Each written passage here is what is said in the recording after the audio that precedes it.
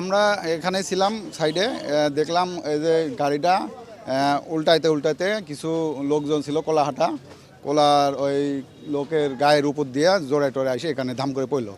তারপরে অনেক লোক আসি বালু টালো হেঁটালো, একজনাক বের করছে, আরগুলা মনে হয় 3 জন মারা গেছে আর কি। আমরা এটাই দেখলাম আর কি। হ্যাঁ, মোট 4 জন। আর একজনের পায়ের এখান থেকে কিছুই নাই, এগুলা সব ক্ষত হয়ে গেছে। পরে তো আসতে দিলে পরে ফায়ার সার্ভিস এসে নিয়ে গেছে। বালুর ট্রাক, অনেক মানুষ ছিল, এই যে কোলাহাটা অনেক লোক, পেঁয়াজহাটার লোক, এখানে অনেক ব্যবসায়িক ছিল, সবাই ছিল আর কি। গাড়ির গতি ছিল অনেক, ওইদিকে মনে হয় হয়তো বা কিছু কোনো গাড়ির সাথে ধাক্কা খাইছে, ধাক্কা খায় তারপরে এদিকে নিয়ন্ত্রণ হারায় ভিতরে চলে আসে কোলাহাটার ভিতরে। গতি মানে এক্সেস গতি, অনেক গতি ছিল গাড়ির, ঠিক আছে। ওইখানে আসার সময় আগে মাছের ট্রাকে মারিছে, মারার পরে নিয়ন্ত্রণ হারা, ওইখান থেকে উল্টাতে এখানে আসছে, মানে নিয়ন্ত্রণ হারা গেছে। কেলিবেলি করতে করতে অনেক লোক ছিল এখানে, অনেক ক্ষয়ক্ষতি হয়েছে এবং অ্যাক্সিডেন্ট হয়েছে, অনেক মানুষের ক্ষতি হয়েছে। নিয়ন্ত্রণ ছিল না, এইখানে সেখানে উল্টে গেছে।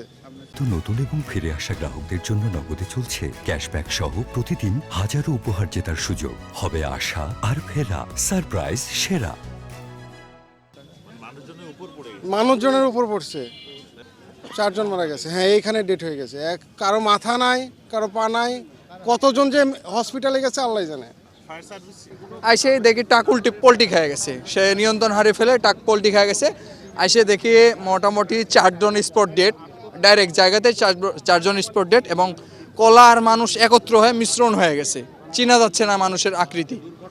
যা হোক, এই টাক এই অবস্থা, টাক উল্টে যায়, টাকের তলে মানুষ ছিল। ফায়ার সার্ভিস আসে, টাক বা পুলিশ এসে, হাইওয়ে এসে মানুষ বার করে। বালুর তলে 2 জন লোক ছিল, তারা আমরা বালু হেসড়ে, সাধারণ জনগণ যারা ছিল পাবলিক, তারা আমরা বালু হেসড়ে 2 জনকে রক্ষা করি জীবিত। আহত একজন রাজশাহী মেডিকেলে পাঠাইছি, আমরা শুনতে পেয়েছি যে সে মারা গেছে।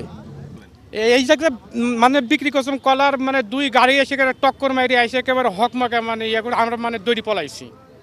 হ্যাঁ, না আর আমি মানে ভিড়তেই পারি না, আর মানে ভয়ে ভিড়তে পারি না।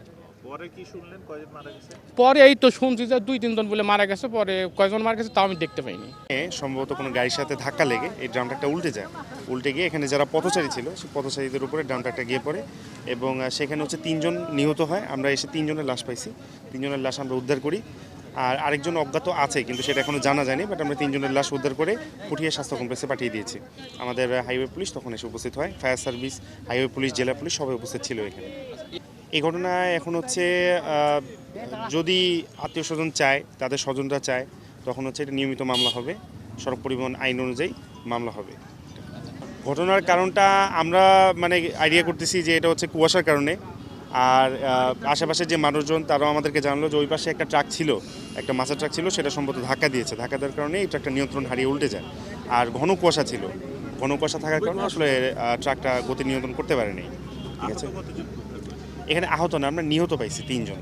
ঠিক আছে, 3 জনের লাশ আমরা পেয়েছি, আরেকজনের লাশ অজ্ঞাত আছে, এটা এখন জানা যায়নি আর কি। আমরা 3 জনের লাশ উদ্ধার করেছি, ট্রাকটা আমরা উদ্ধার করে থানায় নিয়ে গেছি।